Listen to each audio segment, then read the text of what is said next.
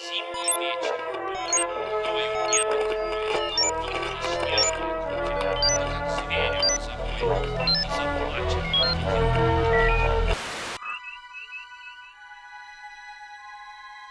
Over half a century after first gracing television screens, and over a decade since it was last on the air, Star Trek has returned.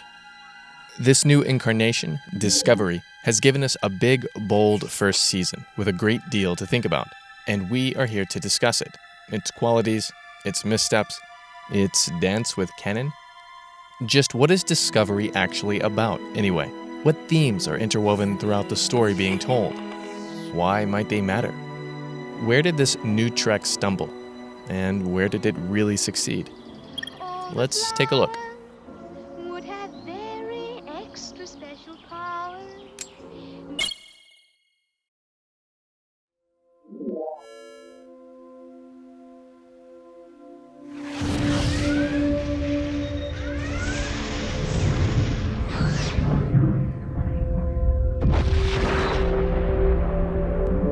Michael Burnham, our main protagonist, is a character whose identity is in flux. The base level of who she is informed by a Klingon attack that killed her biological parents and a Vulcan childhood under the parentage of Ambassador Sarek. When we meet her aboard the USS Senjo, she is in the midst of an idyllic, sheltered kind of second childhood. Philippa Georgiou, captain of the Senjo, steps in as a mother figure. Saru becomes a kind of adoptive brother. We see Michael's identity is that of a strict Vulcan upbringing, with a little bit of humanity around the edges. One of those human elements, her curiosity, burns bright, yet is bound to get her into trouble. My, what a peculiar place to have a party. You know, Dinah, we really shouldn't be doing this. Incredibly intricate. The construction and design are nothing short of astounding. I wish you could see what I'm seeing. It is sublime. Michael's curiosity leads her to visit what turns out to be a Klingon ship. Inside this rabbit hole, Michael finds an impossible situation. Klingons wanting to start a war with the Federation. Given the imminent danger to her ship and society, and her past trauma dealing with Klingons, Michael's fear sets in. And as anyone in a situation like that, she falls back on her childhood training in order to process and deal with the circumstances at hand. In Michael's case, this would be the cold Vulcan logic of Ambassador Sarek's tutelage. And so Michael does the math, so to speak. She follows Vulcan examples, works out the consequences logically, and concludes that attacking the Klingons first would save the most lives, especially the lives of her shipmates. It is an action that would destroy her identity as a Starfleet officer and turn the rules of her life inside out. If I'd listened earlier, I wouldn't be here. But that's just the trouble with me. In the time after the battle at the Binary Stars, Michael comes to realize just how much Starfleet was a part of her. Her now destroyed identity as a person was based on Starfleet principles and on Georgiou's surrogate motherhood. This realization makes the betrayal of Georgiou and mutiny aboard the Senjo even more biting. However, Michael's trip to Wonderland was only just beginning. Once she arrives on the USS Discovery, she would see just how upside down her world was going to be. What if I should fall right through the center and come out the other side where people walk upside down? Nothing aboard Discovery is what it seems. The normal rules of Starfleet life don't apply. There are secret experiments, covert activities, and the new realities of war. While her own identity is in flux, Michael meets others whose identities are hidden, namely Captain Lorca and Ash Tyler. These individuals and who they really are will have a direct impact on who Michael is learning to be. Despite these radical changes, Michael gains a new confidence. She starts to learn the rules of her new life. There, that's much better. Better save these.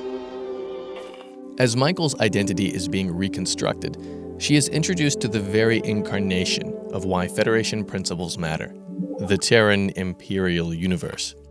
Through the drama of this bizarre, evil wonderland, the Starfleet officers in charge of Michael fail her and the Discovery. Captain Lorca turns out to be an imposter. and Admiral Cornwall's desperation ends in a gambit to win the war that sacrifices humanitarian principles. Also, Ash Tyler turns out to be a broken Klingon spy. Michael not only understands the contours of the mistakes she's made previously, but also that she must stand up to define for everyone else the value of a Federation way of doing things. The people around her, especially her superiors, will not always reliably do so. This is the pathway to her redemption. Much like Alice in her Wonderland, Michael Burnham's identity undergoes transformation. She is forced to learn the rules of an adult world, a world where things aren't always what they seem.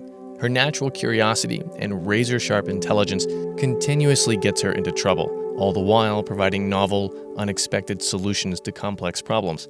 She learns that the so-called adults in the room may not always be sources of order and reliability. But I don't want to go among mad people. Oh, you can't help that. Most everyone's mad here.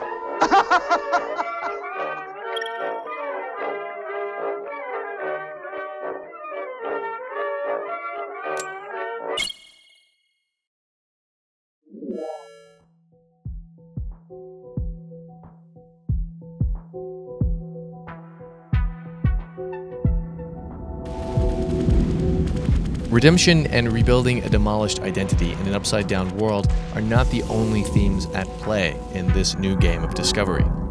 This new version of Star Trek uses contrasts, especially mirroring, to illuminate not just differences in character, but also differences in philosophies, and just how razor-thin the line is between what is and what might have been. As far as character is concerned, contrasting warrior versus scientist, optimist versus pessimist, an infamous older sister versus a jealous younger brother. Comparing the principles behind leadership styles, among other pairings, is not only a source for natural drama, but also useful in revealing character. This revelation through contrast works on a larger scale when the USS Discovery finds itself not just at war with the Klingon Empire, but also trapped in the Terran Imperial universe, a kind of embodiment of the evil twin TV trope writ large. This contrast between societies forces certain characters, and the audience, to make comparisons that parallel our own political contexts out here in the real world. Specifically in this theme of mirroring, Discovery lands on multiculturalism as a point of discussion. The Klingons and the Terrans don't value any race other than their own. In fact, they feel alien cultures to be inferior and have built political and cultural perspectives on that philosophy. Both societies also believe in a kind of racial purity. Every species, every choice, every opinion is not equal.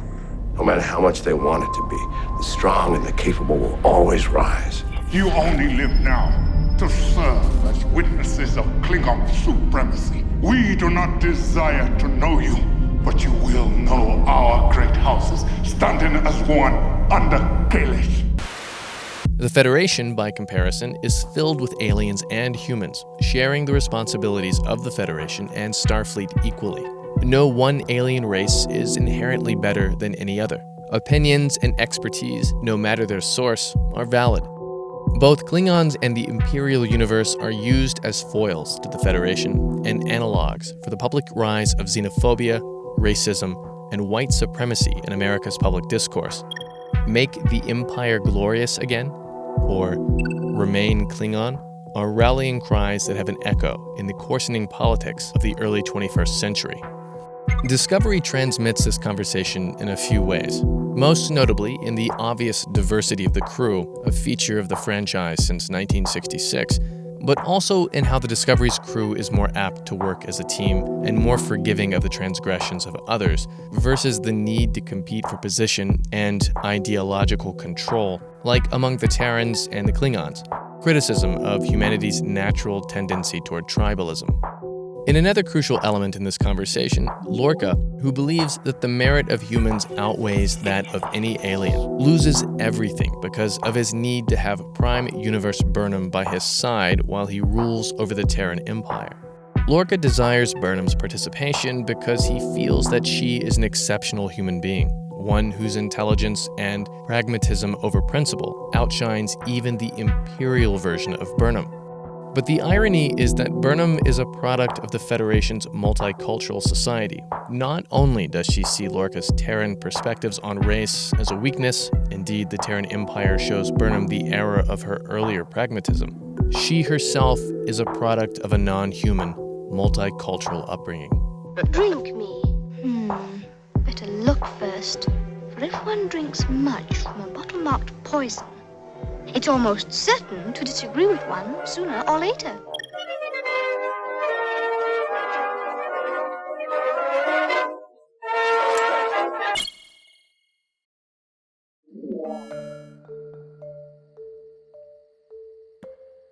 While Discovery has been the most intriguing outing to the Star Trek universe since perhaps Deep Space Nine, Discovery's Season 1 opens up by asking interesting, even compelling questions that sometimes didn't get answered. For example,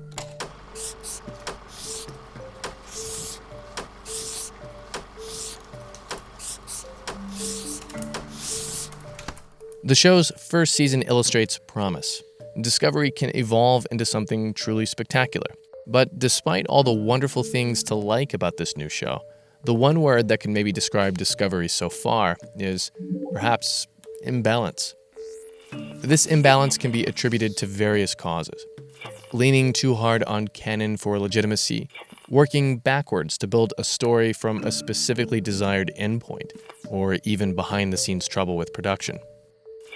On the whole, talking about multiculturalism and contrasting the society of the Federation against the Klingons and the Terrans is a great topic for Trek to bring up. Indeed, Trek has been talking about this very thing since its inception way back in the 1960s. For Discovery, the political discussion is certainly present, although perhaps a little ham-handed and thin. Discovery's defense of multiculturalism seems reflexive, too. Not enough is done to discuss why Federation society works better than what the Terrans or the Klingons do, which brings us to Lorca.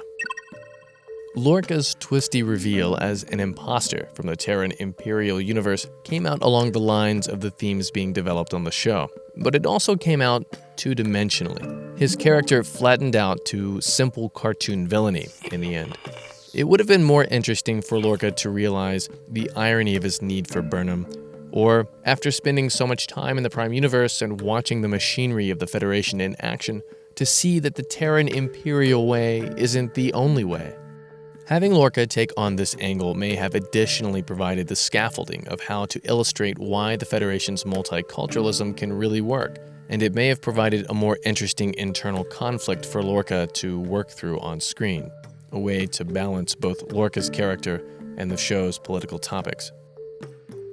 As far as character is concerned, Michael Burnham is set up with a very interesting premise.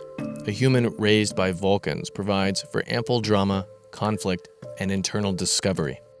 A war between her Vulcan upbringing and her human emotions is something we saw right away in her agonizing decision to mutiny. However, we still don't really know who Michael is. With as much time as the character was on screen, we can only really define her by her tragedies and mistakes.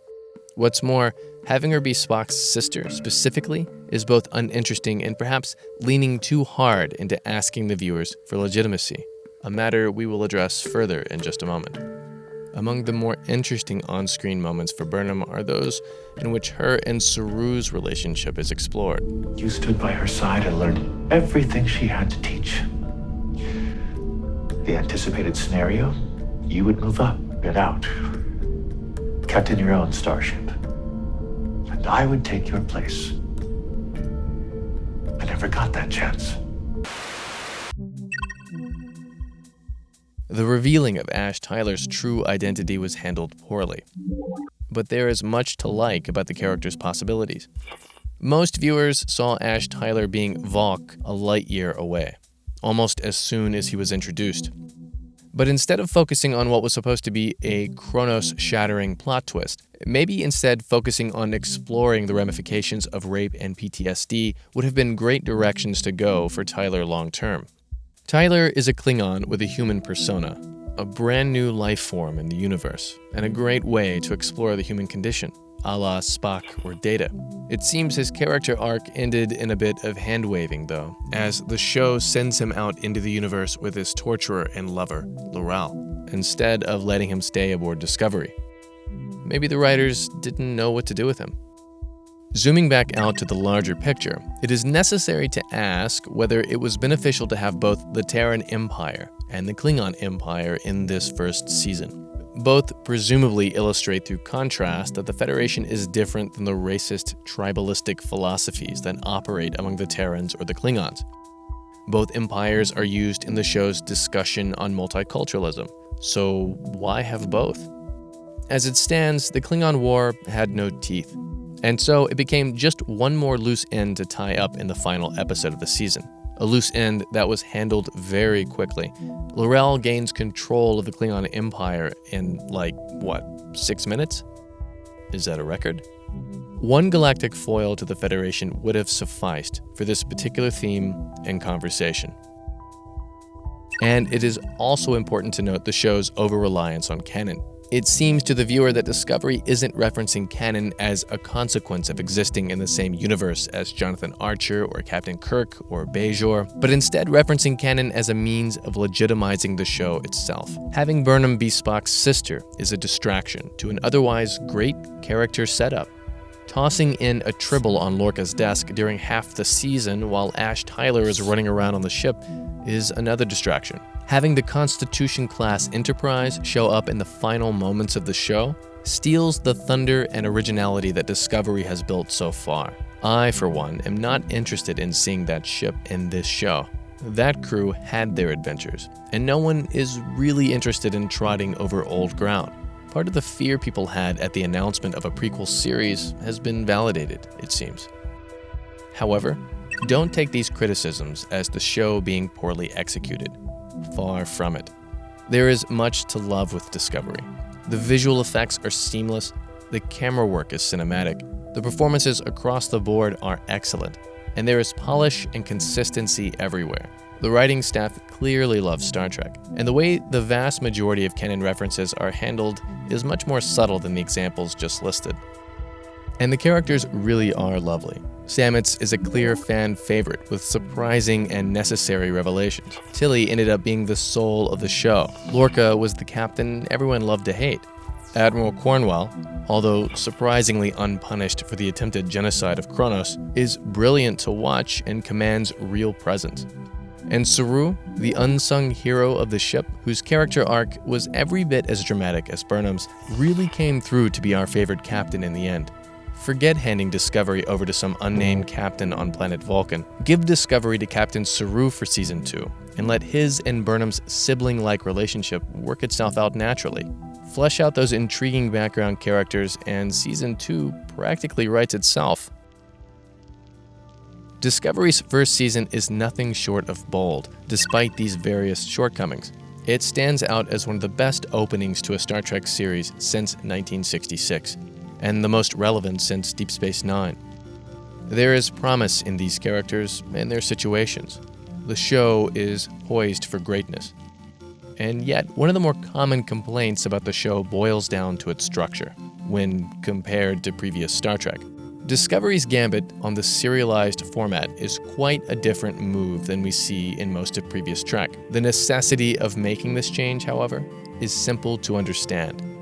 When parody and mimicry begin to eat you, you must adapt or die. Shows like The Orville and Black Mirror's standout episode USS Callister show that Trek's formula is in danger of losing relevance. Hell, even the Cloverfield paradox, when viewed through an appropriate Trek lens, comes off as an adequate episode of Voyager. This is part of a long-term battle over the format of the franchise, one that began in earnest back in the days of Deep Space Nine and continued with Enterprise. In Trek's most prevalent format, stories were self-contained, everything reset to the status quo by the end of the episode. Sometimes, previous Star Trek cared more about adherence to this format as opposed to telling stories. Is this a strength? A weakness? It is in keeping with viewing Trek as a modern Aesop's Fables, as morality tales for young adults. But Discovery isn't quite that, is it? It can be both. It is up to Discovery's second season to show us the way. Thank you very much for watching and for putting up with our Discovery reviews. If you like this and other essays on this channel, then consider supporting us. Patreon is the best way to help create more Trexpertise. Relevant links are in the subspace below. See you soon.